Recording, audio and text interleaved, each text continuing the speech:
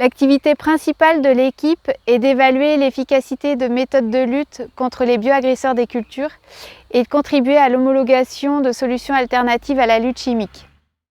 La problématique des mouches des fruits est connue des producteurs et extrêmement contraignante, notamment récemment depuis 2017 avec l'arrivée d'une nouvelle espèce, Arctocera dorsalis, la mouche orientale, qui est très polyphage et qui cause des gros dégâts à la culture.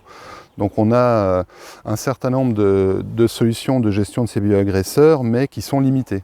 La profession a besoin de cet accompagnement, de pousser les autres structures telles que l'Armée Flore à trouver des solutions alternatives et des solutions de biocontrôle qui s'ajoutent aux solutions déjà en place. Je pense notamment à la nécessité de la prophylaxie, des traitements par tâche, le piégeage. Et toutes ces solutions combinées entre elles permettent de gérer ce bioagresseur avec des solutions de biocontrôle et des pratiques agroécologiques. L'argile, qui est une protection physique autour du fruit, apporte une corde en plus dans ce paquet, cette gestion globale de la problématique des mouches des fruits. Donc la lutte contre les mouches des fruits est une problématique importante et nous travaillons depuis 2012 à l'évaluation de différents dispositifs, notamment l'application d'une barrière minérale insectifuge composée de kaolin. 10 essais ont été réalisés sur des cultures qui sont impactées par la mouche des fruits ou des légumes. Concrètement, le produit est appliqué sur la culture en suivant les recommandations du fabricant et 2 à 3 fois par semaine, les fruits ou légumes sont récoltés et observés un à un. Donc les fruits sont triés selon la présence ou non de piqûres de mouches et nous pouvons alors en déduire le pourcentage d'attaque selon la méthode utilisée. Le kaolin peut laisser une pellicule blanche à la surface des fruits ou légumes, facilement éliminable avec un lavage. Certains produits fragiles ne peuvent pas passer en laveuse, le fabricant s'est donc engagé à communiquer auprès des consommateurs pour les sensibiliser à la problématique. Une autre méthode d'élimination de l'argile est également en cours de développement. La majorité des essais ont été réalisés sur mangue et c'est d'ailleurs cette culture qui a servi de support lors de journées de formation ou de transfert auprès des techniciens et producteurs.